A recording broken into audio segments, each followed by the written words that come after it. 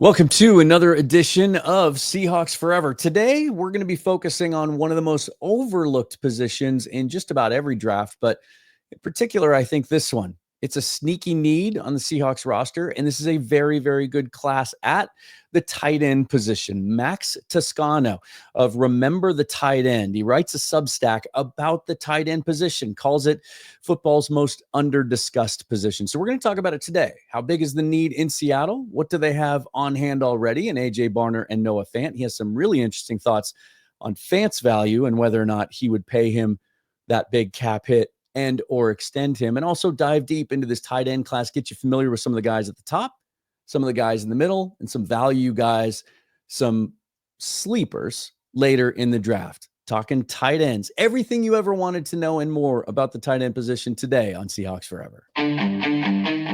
Welcome to the Seahawks Forever podcast. In-depth analysis on everything Seahawks. And now, here's your host, Dan Viens.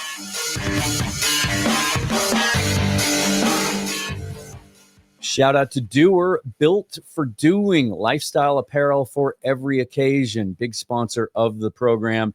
I love their apparel. I love what they stand for. Everything they make is with sustainable materials that are also antibacterial and breathable. These right here are my daily go-tos, these stretch performance jeans, 20% stretch, very light. They move with you, but they're also built tough, built for doing. Flagship stores in Denver and Los Angeles. But of course, you can get everything you need here on shopdoer.com. That's spelled D-U-E-R. And right now, for being a viewer of the program, you can get 20% off your first order by going to shopdoer.com/forever. That's shopdoer, DUER.com/forever for 20% off your first order.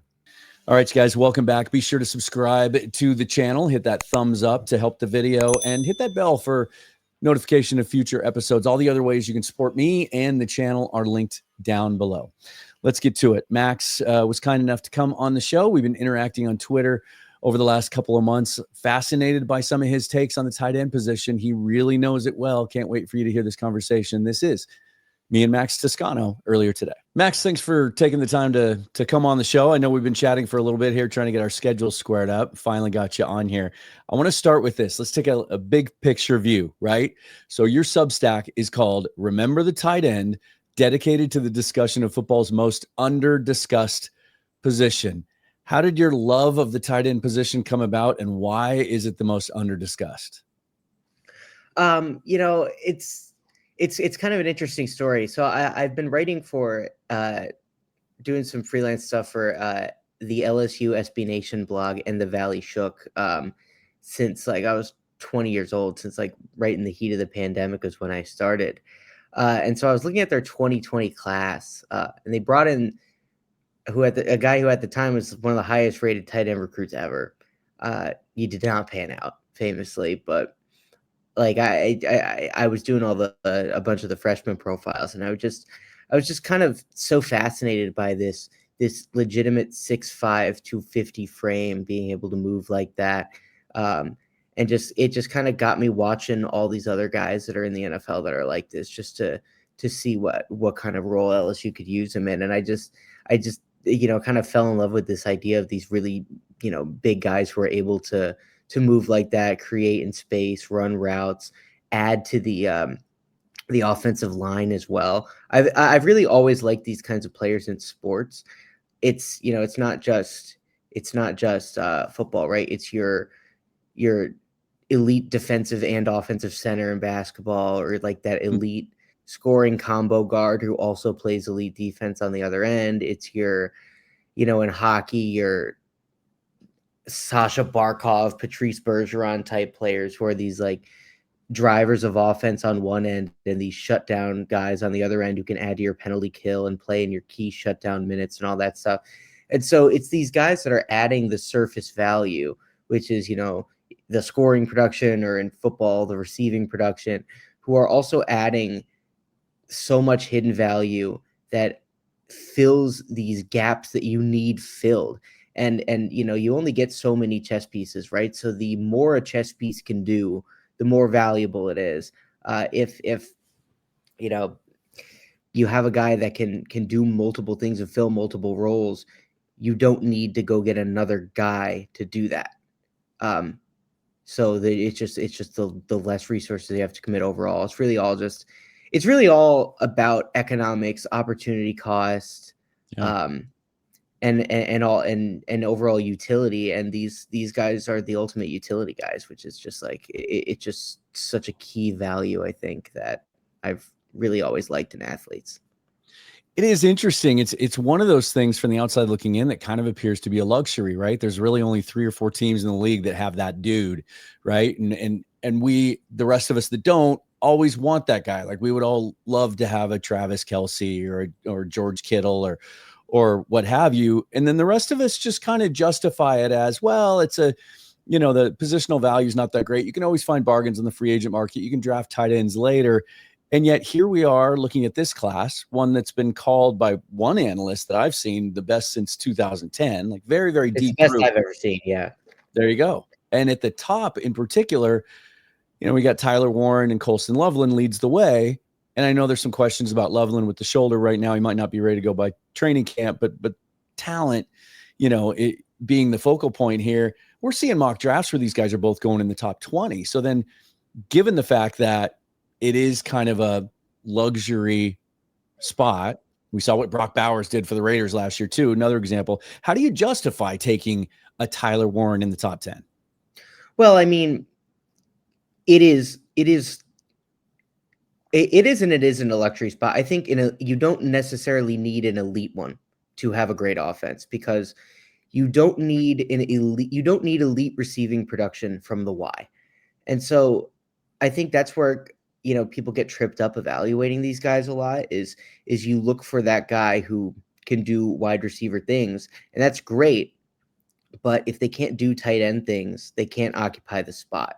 And what you really ultimately need is somebody who can block in line, catch a little bit underneath, and be that fourth option. Because the Y tight end is, usually the fourth option, just from a pure schematic perspective, is on the hierarchy of most dangerous pass catchers from the defense's point of view. The wide tight end is fourth behind the 3 receivers and just ahead of the running back.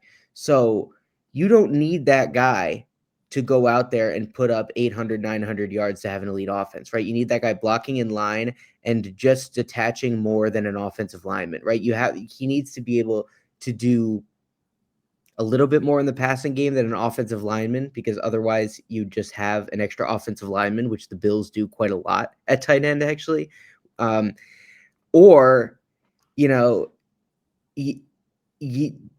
You'd like to have that guy that can go put up those kinds of numbers from that spot, but it's not necessary to have an elite offense. And so elite receivers are necessary, or at least really good receivers are necessary to have a good offense. A great quarterback is necessary to have an offense, right? Have a great offense. You need difference makers on the offensive line. You just need to be passable at tight end. And that's why I think a lot of people don't want to use those kinds of resources on them. However, when you do get that guy, and I'm not even Travis Kelce and Brock Bowers are a little different, because they're really just very good receivers.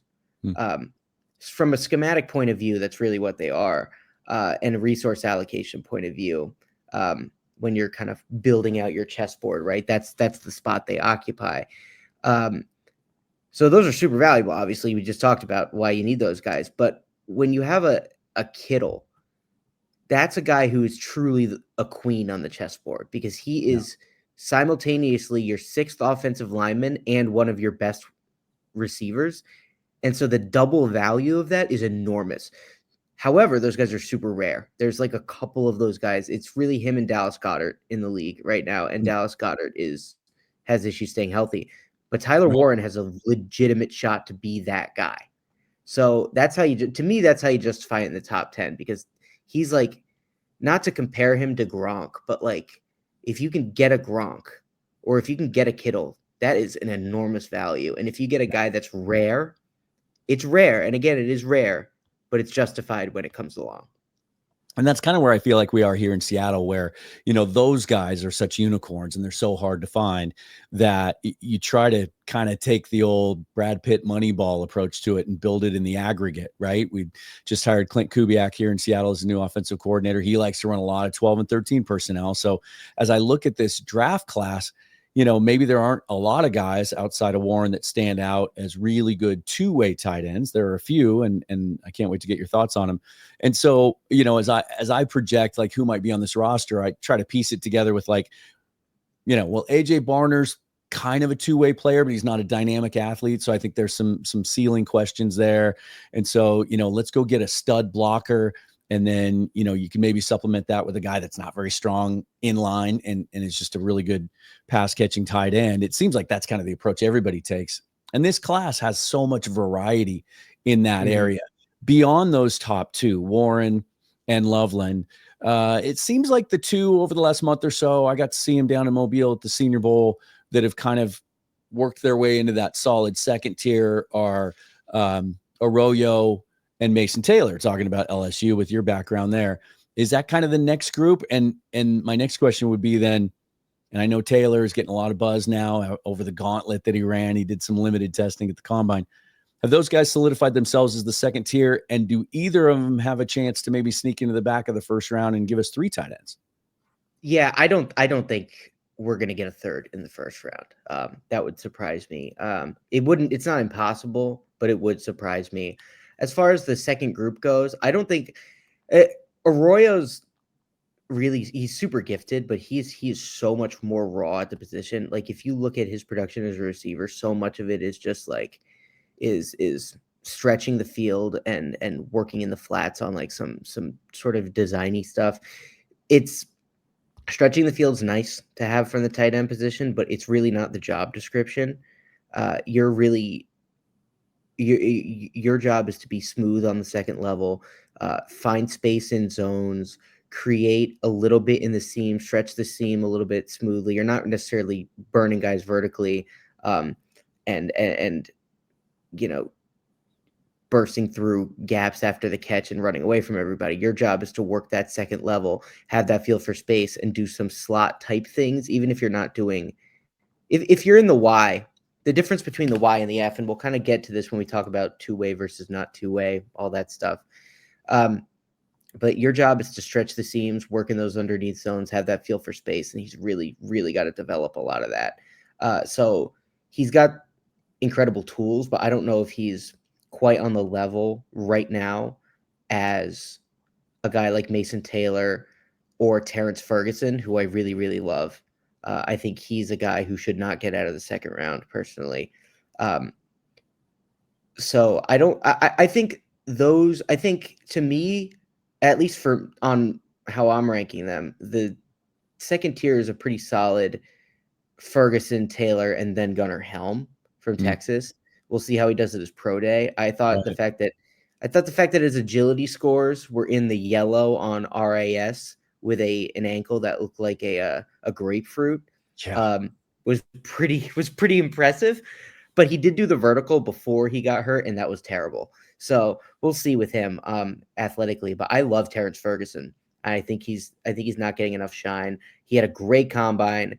Yeah. His tape is really good. His production is really good. He's big and strong, and he's athletic. So I don't know. I think that Arroyo is like, if I looked up in 3 years and Arroyo's a dude and is better than those guys, that wouldn't totally shock me. But like he's a little bit more of a luxury pick than one I would make if I need to start a tight end by the back half of next year. Yeah, Ferguson's a perfect example of a guy that after seeing him at the combine, I needed to go back and watch some more tape and kind of dig in a little bit more, because I thought maybe in part because Arroyo and Taylor had such good weeks and really, really stood out down in Mobile. I thought, Ferguson just looked fine, but he didn't really look dynamic to me. And then you have to go back and look again because he had such a great combine. One guy that I cannot wrap my head around or make my mind up about is Harold Fannin Jr. out of Bowling Green.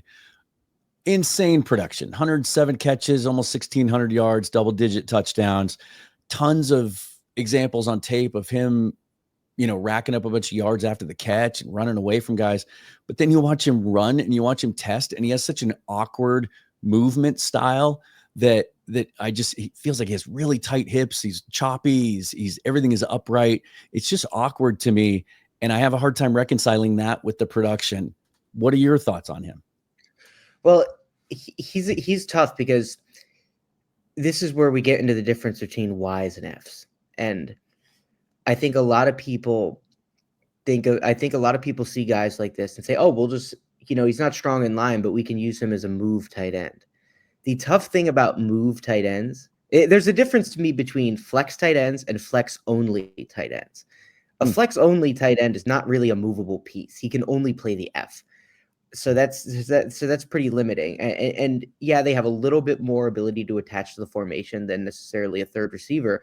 But if you look at what receivers are doing now, and the dirty secret about the F position is that it's not just a tight end. It's that flex guy. It's when you're in 11 personnel, that is the third wide receiver. When you're in 21 personnel, that is the fullback. And only when you're in 12 is that the second tight end. So you are now on the marketplace competitively with those positions, and most severely wide receiver, because those guys are going to be better than you as a pass catcher unless you are Brock Bowers or Travis Kelce and are able to be really high-end F receivers. No. You are going to lose snaps to those guys because people teach these guys to block now. Like if you go watch Drake London, they will put him in a sniffer like a second tight end, insert him through the line, and have him dig out safeties and linebackers just like a second tight end would do.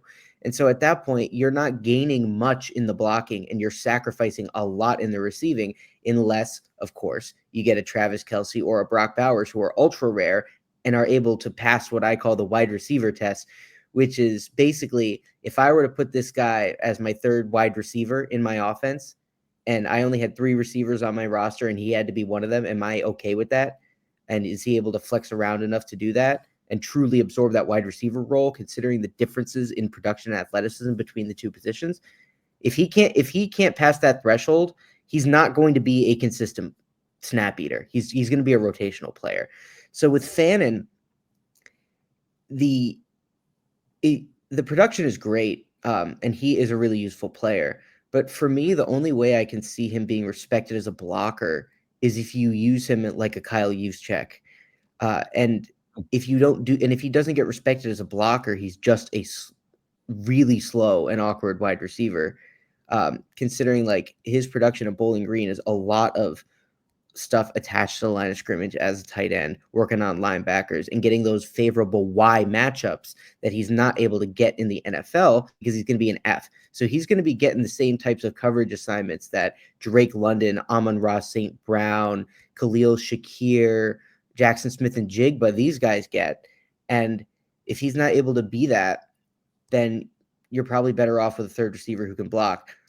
I think personally that his best use is going to either San Francisco or Miami, or really the only teams that truly like to use that position, and really like to use that 2-back run menu, which is hard to fit from light boxes and hard to fit from nickel. So that's sort of the way you can get him treated as a blocker and get him out on favorable matchups again. But again, that's sort of like, how high are you willing to take Kyle Juszczyk becomes the question. Yeah. And when you compare him as a tight end, it's low. Yeah, that's why I can't quite quit him, because I saw some of those fullback kind of reps that they gave him in Mobile, and some of it looked good. And we know, Kubiak has used a fullback a little bit in the past and likes to run that more 2-backs than we're used to here in Seattle. So that's just one of the reasons I haven't quite written him off quite yet. No, I haven't written him off. It's just got to be in that role to me. The right fit. What was your evaluation of AJ Barner last year coming out? Oh, I really liked him. I thought he was going to be, if you look at the league, there are so many guys who are just like, who are, especially on 11 personnel teams, which the Seahawks have been for the last couple of years, like that tight end is a blocker first. Because when you have, he was stepping into a situation with Smith and Jigba, DK Metcalf, and Tyler Lockett, he is at best the 4th receiver, right? So you don't really need a ton out of him. What you do need from him is the ability to block in line, because he's the only auxiliary blocker who can do it. You have the 5-0 lineman. He's that 6th guy. He needs to be able to block the defensive ends, which he's really good at, right? He's got great length. He's strong. He's physical. But I think with Barner, and the reason I think he's going to be a better NFL player than he was in college, is that he does have a little bit of flexibility in the hips, and he does have a little bit of speed. I don't think he's going to be a guy who flexes out and runs choice routes on nickels, but he absolutely does not have to be. He's a pure Y. So I think, as far as from a fantasy perspective, they're going to hate him. But from a real, you need that guy to run your offense perspective, he's a really useful player. And I think if he can be a guy that adds 300 to 500 yards potentially at his peak, and a little bit in the red zone because of his big body, and then just dominates defensive ends and occupies the Y as your starting Y, that's a super useful player. I really like him. I didn't think he was going to be I didn't think his athleticism was going to translate as nicely as it has. Because I just kind of thought he was going to be a pure blocker, like a Brock Wright potentially. But he's got a little more than that. Like, I really like him as a starting Y, like as a potentially better version of Colby Parkinson. Yeah, it's an interesting take there because, Parkinson obviously drafted by the Seahawks, and then he leaves in free agency last year, goes to the Rams. Always thought he was a guy that had untapped potential, just never really got the focus in the offense that his receiving skills warranted. Yeah, Barner was interesting to me, and sometimes you get influenced by other people's input. And I remember reading one reporter's take on seeing him early in training camp and how it looked like he was running in quicksand. And I thought, okay, I guess he's just an in blocking tight end. And then he ends up, really giving us some juice. But I saw that at the combine too. I think as many combines as I've watched, I think I take away something different from each one. And this one, I think I decided next year I'm just going to ignore the 40s, because so many of these guys that ran the 40 looked terrible while they were doing it. It just looked painful to watch them. Like they were laboring through the whole thing. And you thought, oh boy, that's a limited athlete. But then they go out and they run the pass routes and they look smooth. A guy like Jackson Hawes, who I want to get your take on, because everyone keeps talking about him as really being the most devastating blocker, but a guy that might be limited in his upside as a pass catcher. It was a struggle watching him run the 40, but he looked pretty smooth running routes, and on tape, there's some decent examples of him catching the football. Is he the best blocker in this draft? And if there's someone that's close to him, who would that be? That is the popular take. I think the best blocker in this class is Tyler Warren. Which is incredible considering there's been some buzz lately with people trying to push back on that and saying he's not. Is that just draft fatigue? Do you think the guy being propped up for so long? Yeah. I mean, I personally think tight end blocking is the least understood part of the entire sport. Because people don't watch it. The only reason people watch offensive linemen block is because they don't catch the ball. That's not to say that blocking is not important. I obviously think blocking is pretty damn important. It's just that it's not entertaining. Yeah. And so I think that if there's a position that catches the ball as well, people are going to hand wave the other part. People aren't like, you look at, I think, a lot of the evaluation of tight end blocking, and you'll see guys like they're just talking, oh, yep, here he is in line, being asked to make a block. They're not talking about his technique. They're not talking about what type of block it is, whether it's a primary block on a defensive end or a secondary on a linebacker. They're not talking about his hand placement, his weight distribution. They're not talking about whether he's basing the end or he's down blocking. They're not talking about whether he's executing a reach or a turnout on outside zone. Like there's no detail into it. So no, that's crazy. He's awesome. Jackson Hawes is really good as well.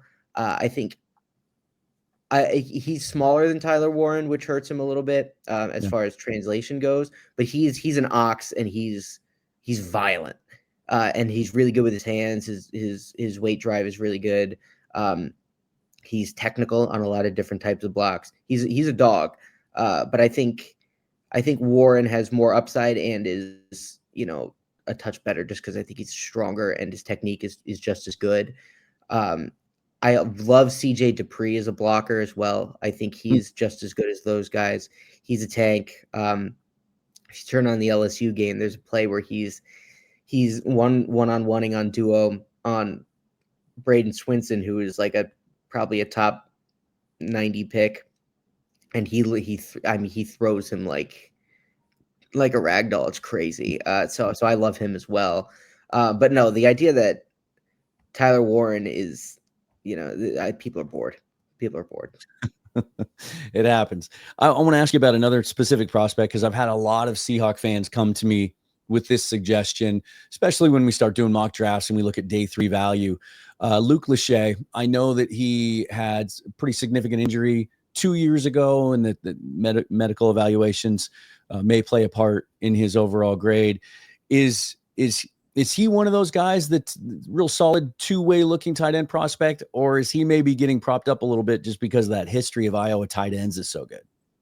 I think it's a little bit of both. I think for me, when I'm looking at tight end blocking going into the league, I'm looking less at the results and more about your raw materials, just because these guys are so poorly developed. They're so underdeveloped in college coming out. Like tight end blocking, like it's so developmental. You look at Josh Oliver, who came into the league basically as a wide receiver and is now the best blocking tight end in the entire league. It's a function of size, strength, and attention. That's kind of the 3 things I always say go into tight end blocking. So it can be developed. If you have the size, strength, and then develop it well, you'll probably be a pretty good blocker. So I'm not necessarily looking at the results as much, but for Lachey, he's big. Like he's got the size and he's got the frame. So I think it can be developed. The problem I have with Lachey is that I just don't think he came back from the injury the same athletically, which is hard, because this isn't like it isn't an athletic position. You got to be a good athlete to do this. Because the guys, even if you're getting those favorable wide matchups, those safeties and linebackers are good cover guys. And to create out in the route at any position, you got to be an athlete. But like with Lachey, I'm just concerned about whether or not that's there. And he had like a couple of years ago, I was really excited about him. But he not only has he not developed, obviously, because of the injury, he's probably like he's lost a little bit, I think, which is that's just hard. I think when you're taking those kind of day 3 guys, you do want to shoot for upside. And if they think the medicals are good and they think athletically he can come back to what he was, the raw materials are there for that to be really worthwhile. Because he did have quick feet. He was good. He was pretty good in the route. He has a good frame. He had all the ingredients. I do think he's getting propped up a little bit because of the Iowa tight end stuff, because like guys like Mitchell Evans are, if you're going to take somebody with injury concerns, it's got to be him. Like he otherwise would be a 2nd or 3rd round player. He's a monster. Okay. He just had a lot of injury stuff. So I like him. I think there are potentially better day 3 options. Like a Jalen Conyers has more upside, because I think that I was going to ask you about him. Yeah, because he's getting some here, with Kubiak being in tow here now. I've heard some Taysom Hill possible comps with him. He's played some Wildcat. And like but maybe even like a real one. Yeah. Like a one who can actually play tight end, Right. So I would really like that for them, especially with the 2-back stuff. You put him at the F with Barner and use him as like, I don't want to say he has to be a Kyle Juszczyk, like a Harold Fanning, because he's huge. He's 260 with long arms, so he can play in line as well. So he's got a little bit of, he can play real tight end. So he's not limited. He's not flex only, but I would really like him for that. Like he can move around. He can do that 2-back stuff for Kubiak. And he can really he can create. He's got some juice to him, and his agility scores were fantastic. His agility scores were better than Harold Fannon's, and he's 30 pounds heavier in the same height, which is pretty crazy. Just want to tie it up by finishing back here in Seattle. We got one other tight end on our roster that for a long time has been known as someone that's got, real high ceiling athletically, and maybe another guy that just hasn't quite been unlocked yet in Noah Fant. And He's a guy with a big cap hit coming up, but so far, and Seahawks released a bunch of guys yesterday to clear some salary cap space. They haven't made a move with him yet, which indicates to me, and certainly Mike McDonald made some comments at the Combine about how he sees Fant as a complete tight end. So I do think they're probably talking extension there. What's your evaluation of Noah Fant? I mean, I wouldn't extend him. Like, I don't think he's worth a significant cap hit, if we're being honest. Like, he does have that athletic upside, and it's such a developmental position, and he's early enough in his career that we could see like a little bit of a later breakout. But I think the likelihood that he becomes a consistent producer is pretty low, just because I don't think that, like, he's big enough to block, and I think that bringing in Kubiak is potentially going to be good for that, just because they're gonna make him try to do it more. But if he can't do it, like, and Barner has that Y spot locked down, you're taking a receiver off the field to put him on the field. And if you can get a wide receiver to go out there and do a lot of that same blocking, your third receiver is probably going to be like, if you're in the situation that the Bills were in with Kincaid and Shakir competing for that F spot, Shakir blew him out of the water because he's so much better as a receiver. I mean, so much better as a receiver, just in terms of what he can access in the route and the production he's able to put up.